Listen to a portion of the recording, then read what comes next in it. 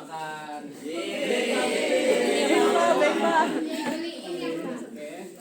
Kalau kabar baik, alangkah lebih baiknya kita memulai pembelajaran hari ini dengan berdoa sesuai agama dan kepercayaan masing-masing. Berdoa dimulai. Berdoa selesai. Oke, saya absen dulu ya. Abdul Hanan Hadir Pak. Ali Alfita Hadir. Angga masuk enggak dia? Hadir Pak. Ini masuk ke sana. Oke, masuk ya. Jadi pada hari ini materinya masih bersangkutan dengan materi yang minggu kemarin kalian pelajari. Ada yang tahu materinya apa?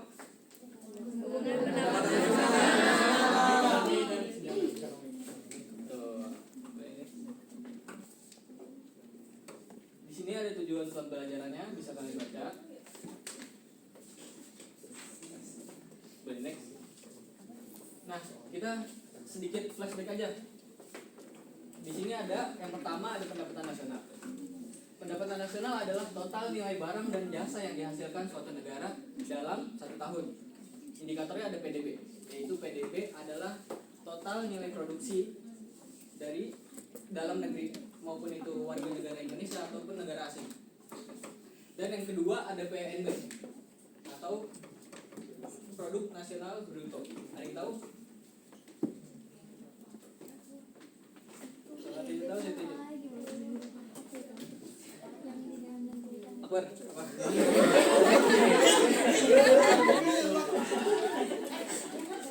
Oke, kalau yang saya tahu aja ya. Ya, Produk nasional bruto itu yang dari dalam negeri apa yang di luar negeri? Yang dari luar negeri.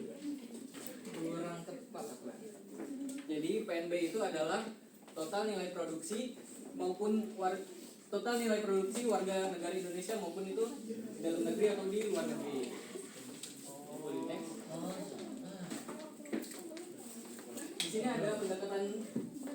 ada tiga pendekatan dalam pendapatan nasional. Yang pertama ada pendekatan produksi, yaitu menghitung nilai tambah yang dihasilkan oleh setiap unit produksi dalam satu negara. Contohnya itu petani menjual gabahnya nih ke penggilingan, maka dia menambah nilai tambahnya itu sekitar 2.000 per kilogram.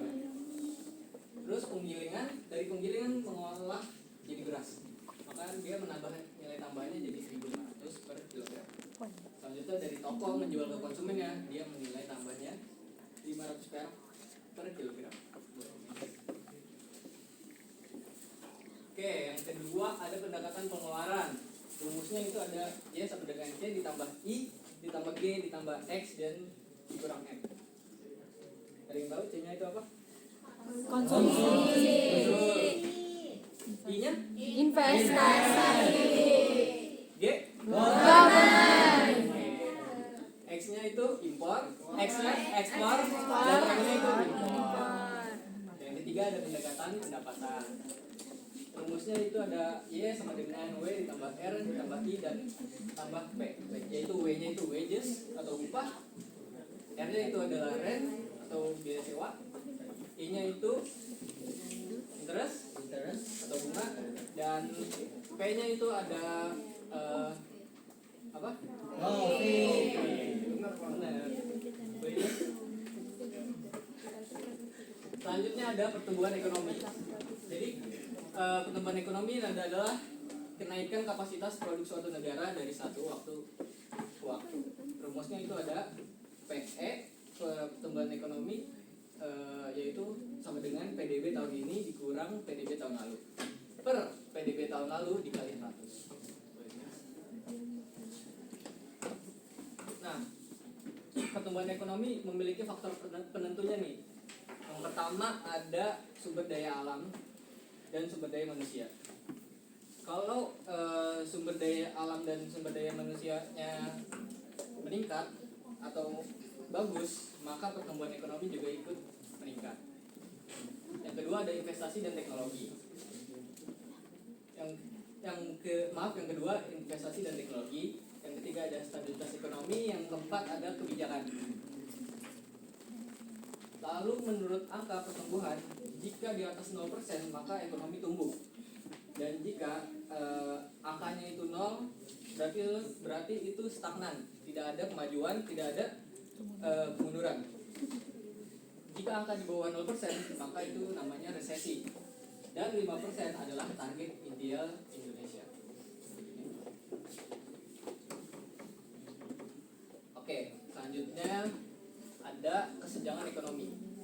Jadi kesenjangan ekonomi ini di mana pendapatan dan kekayaan tidak terdistribusi secara merata antar individual, kelompok, atau wilayah. Alat ukurnya itu ada koefisien gini. Jika angkanya itu 0 maka merata sempurna, dan jika angkanya 1 itu timpang sempurna. Indonesia pada bulan September tahun 2025 itu angkanya sekitar 0,388, yaitu yang artinya sedang. Oke, di sini ada penyebab utama dari dari kesenjangan ekonomi. Yang pertama ada kualitas SDM tidak merata. Yang kedua ada kepemilikan modal dan aset tidak merata. Yang ketiga ada infrastruktur yang mengalami ketimpangan. Contohnya desa versus kota. Nah, kira-kira kalian tahu nggak contohnya? Kayak yang di kota itu infrastrukturnya ada dan yang di desa itu tidak ada. Ada yang mau jawab? Nggak tahu? Pak? Boleh? Infrastruktur yang ada di kota, yang banyak kota itu kayak halte gitu Pak. Terus kayak di desa tuh jarang banget ada halte-halte gitu. Baik, terima kasih Rizky. Jadi benar jawabannya itu merupakan contoh ketimpangan infrastruktur. Yang terakhir ada kebijakan yang kurang berpihak pada rakyat kecil. Oke, jadi ini adalah materi intinya, yaitu yang pertama ada hubungan antara pendapatan nasional dan pertumbuhan ekonomi. Pendapatan nasional adalah dasar dari perhitungan pertumbuhan ekonomi. Ketika PDB suatu negara meningkat dari tahun ke tahun, maka pertumbuhan ekonomi akan terjadi. Artinya tidak ada pertumbuhan ekonomi tanpa adanya peningkatan pendapatan nasional.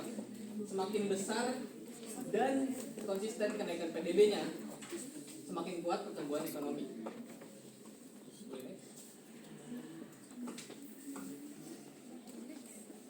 Selanjutnya ada hubungan antara pendapatan nasional dan kesenjangan. Jadi hubungannya adalah pendapatan nasional yang belum tentu berarti semua warga negara Indonesia negara hidup sejahtera.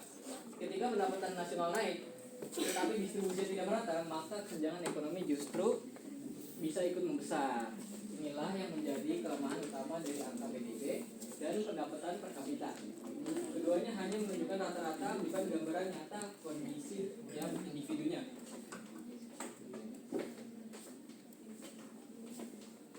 Baik, hubungan yang terakhir ada pertumbuhan dan kesenjangan ekonomi. Pertumbuhan ekonomi yang tidak tinggi otomatis mengurangi kesenjangan jika pertumbuhan hanya dinikmati segelintiran orang, seperti penguasa besar dan pemilik modal.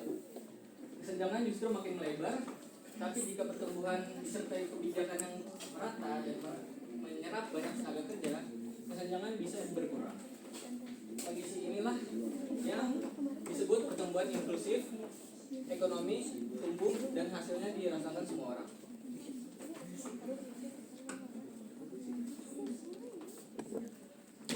Ada yang mau baca kesimpulannya? Boleh turun dulu. Ulang lagi sekali lagi. Saya hitung ya. 1, 2, 3. Ya.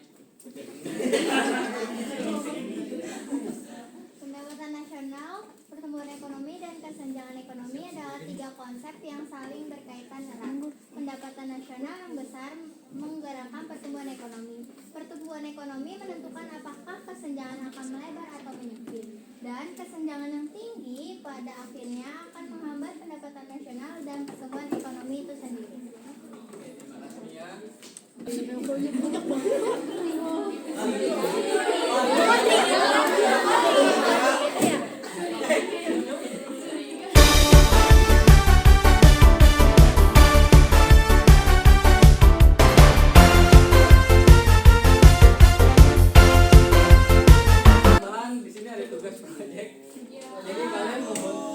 kelompok 4 sampai 5 orang.